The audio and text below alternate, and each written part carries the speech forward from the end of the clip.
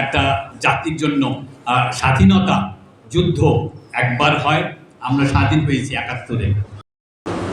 আমাদের সাথে বিএনপির সাথে এই জুলাই আগস্টে এখনকার প্রজন্ম আর একটা সাহস দেখিয়ে দিল যে তারাও ৭১-এ আমাদের মতন তারা গুলি খেতে পারে। আমরা যুদ্ধ করেছিলাম অস্ত্র হাতে, কিন্তু এইবার এরা যুদ্ধ করলো, শিখিয়ে দিল আমাদেরকে অস্ত্র ছাড়া যুদ্ধ করতে, গুলি খেয়ে খালি হাতে। তাদেরকে সেলুট, তাদেরকে সালাম। কাজেই যে ক্ষমতায় আসুক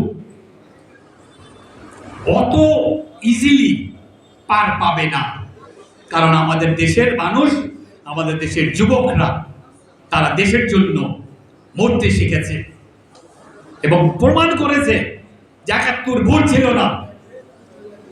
৭১-এ যুদ্ধ করে দেশ স্বাধীন হয়েছে এবং আবারও তারা প্রমাণ করেছে একটা স্বৈর শাসককে সরিয়ে ২৪শে জুলাই আগস্টে।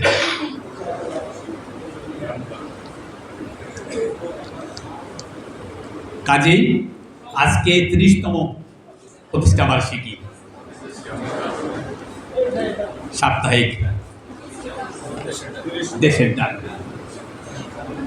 আমি আমার বক্তব্য শেষ করবার আগে আমি ওনাদেরকে, সাংবাদিক ভাইদেরকে, সামনের দিনে যে সময়টা আসছে নিজের দিকে তাকিয়ে সত্যি একটা ঝান্ডা হাতে নিয়ে আপনারা এগিয়ে যাবেন এবং আমরা যারা ৭১-এ আমরা স্যাক্রিফাইস করেছিলাম, যারা এইবার এই জুলাই আগস্ট বিপ্লবে যারা স্যাক্রিফাইস করলো তাদের জীবন দিয়ে, তাদের প্রতি, তাদের কথা চিন্তা করে আপনারা সামনের দিনে সংবাদটা সঠিকভাবে ঘরে ঘরে আপনারা পৌঁছে দেবেন।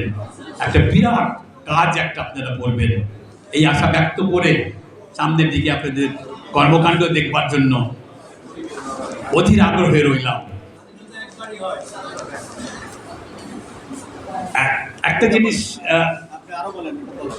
একটা জিনিস এখানে বলার অপেক্ষা রাখে, সেটা হচ্ছে গিয়ে একটা দেশের জন্য, একটা জাতির জন্য স্বাধীনতা যুদ্ধ একবার হয়, আমরা স্বাধীন হয়েছি ৭১-এ। তাহলে ২৪ এই জুলাই আগস্টে কি হলো? জুলাই আগস্টে আমরা একটা মস্ত বড় স্বৈর শাসক থেকে আমরা মুক্তি পেয়েছি, আমরা মুক্তি পেয়েছি এবং এই মুক্তি আমাদের স্বাধীনতাকে আরো শক্তিশালী করবে ইনশাআল্লাহ। সামনের দিনে আমরা তাই দেখব।